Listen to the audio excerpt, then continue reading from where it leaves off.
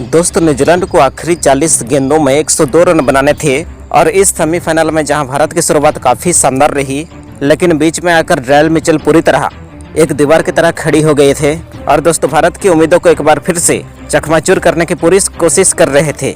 और दोस्तों ये मुकाबला पूरी तरह फंस चुका था, क्योंकि इस मैच में न्यूजीलैंड ने ज़बरदस्त वापसी करके भारत को इस मुकाबले में चकमा दे दिया था।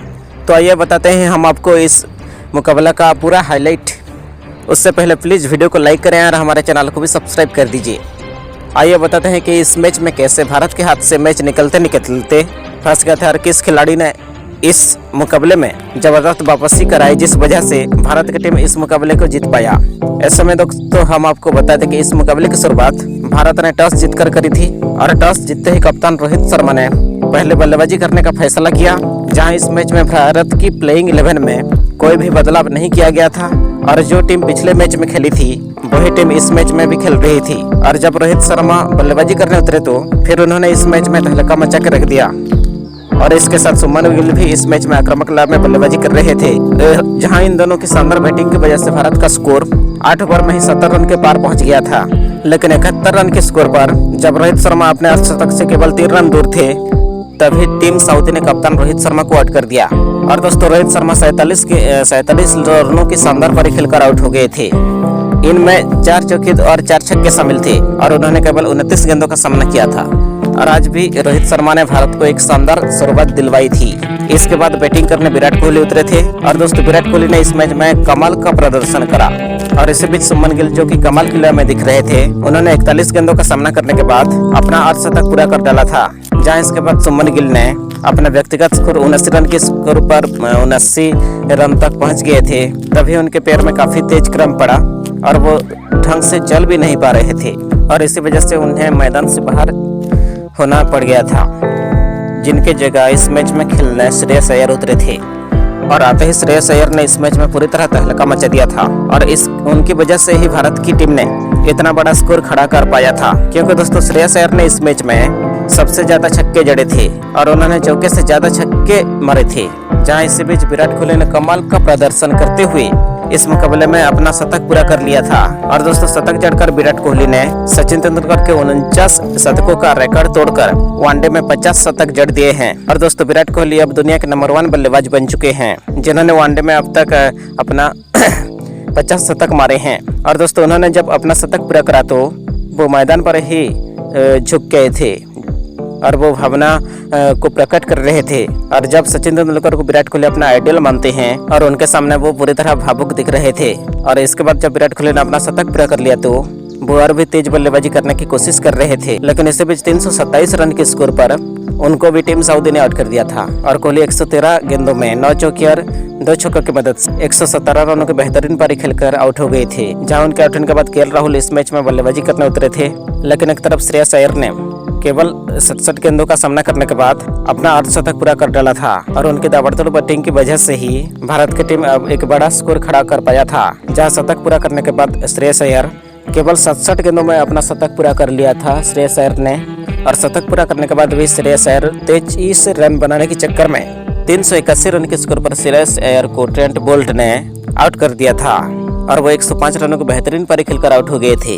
उनके इस पारी में 8 छक्के और 4 चौके शामिल थे और उन्होंने केवल 70 गेंदें खेली थी, जहां सूर्यकुमार यादव आखिरी में आकर केवल 1 रन बनाकर आउट हो गए थे। तो दोस्तों सूर्या के बाद गिल बैटिंग करने उतरे थे, लेकिन इसी बीच केएल राहुल ने 20 गेंदों में 39 रन बना दिए, जिस वजह से भारत की टीम ने 397 रन बनाए थे 4 विकेट के नुकसान पर।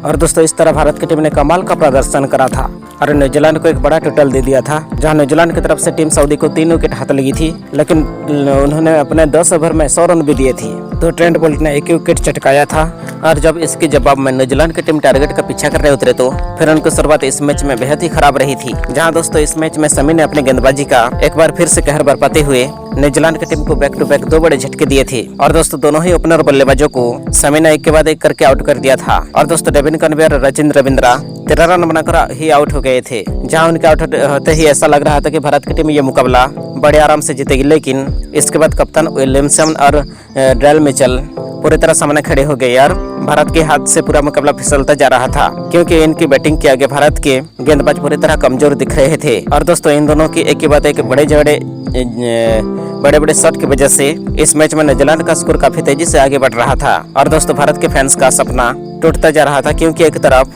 जहां ड्रायल मिचेल ने कमाल का प्रदर्शन करते हुए अपना शतक पूरा कर लिया था, तो कैम विलियमसन भी अपने शतक की ओर काफी तेजी से आगे बढ़ रहे थे। और दोस्तों सपना टूटता हुआ देखकर मैदान पूरी तरह खामोश हो गया था। और दोस्तों किसी को लग नहीं रहा था कि भारत की टीम यहां से यह मुकाबला जीत भी पाएगी, क्योंकि दोनों बल्लेबाज इस मैच में इस कदर बैटिंग कर रहे थे। इन्होंने तीसरे विकेट के लिए 180 रनों की शानदार पार्टनरशिप कर ली थी, लेकिन इसी बीच 220 रन के स्कोर पर जब मोहम्मद शमी गेंदबाजी करने उतरे तो फिर दोस्तों एक बार फिर से उन्होंने इस मैच में जबरदस्त वापसी करवाई। और दोस्तों एक के बाद एक करके न्यूजीलैंड की टीम को 2 बड़े झटके दे, जहां पहले उन्होंने कप्तान कैम विलियमसन को आउट करा और इसके बाद टॉम लैथम को भी आउट कर दिया। टॉम लैथम तो अपना खाता भी नहीं खोल पाए थे। और इसके बीच विलियमसन ने 69 रनों की शानदार पारी खेली थी, जहां उनके आउट होने के बाद ग्रैंड फिलिप्स इस मैच में बल्लेबाजी करने उतरे थे। और फिलिप्स ने भी इस मैच में ड्रायल मिचेल का भरपूर साथ निभाया, लेकिन इसी बीच मैदान पर ड्रायल मिचेल के पैर में मकरम पड़ गई थी और इसीलिए इस मैच में वो अब धीमी बल्लेबाजी कर रहे थे और उनके पैर में तकलीफ होने की वजह से इस मैच में भारत को एक बड़ा मौका मिला था। लेकिन इसी बीच फिलिप्स और ड्रायल मिचेल ने 75 रनों की बदावड़तोड़ पार्टनरशिप करके भारत को एक बार फिर से इस मैच में पूरी तरह पॉइंट पर ढकेल दिया था, जहां तभी 295 रन के स्कोर पर जसप्रीत बुमराह ने इस मैच में जबरदस्त वापसी करते हुए फिलिप्स को आउट कर दिया। तो फिलिप्स 41 रनों के दावड़तोड़ पारी खेलकर आउट हो गए थे, जहां इसके बाद अगले ही ओवर में मार्क चैंपियन को कुलदीप यादव ने आउट कर दिया था और चैंपियन केवल 2 रन बनाकर आउट हो गए थे। और इसके बाद न्यूजीलैंड को आखिरी 30 गेंदों में पूरे 92 रन बनाने थे और ये मैच भारत की झोली में आता जा रहा था।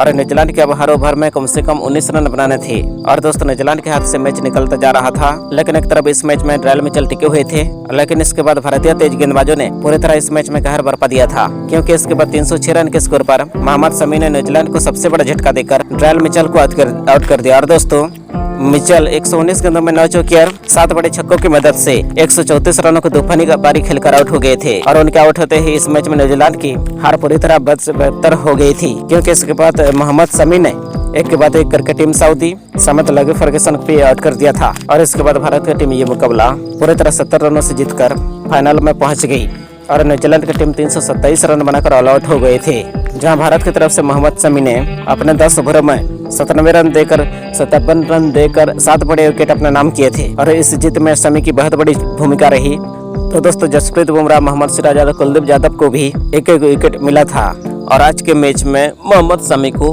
प्लेयर ऑफ द मैच चुना गया था। दोस्तों जाते वीडियो को प्यारा सा लाइक कीजिए, चैनल को सब्सक्राइब कीजिए, हमें फॉलो कीजिए। Thank you.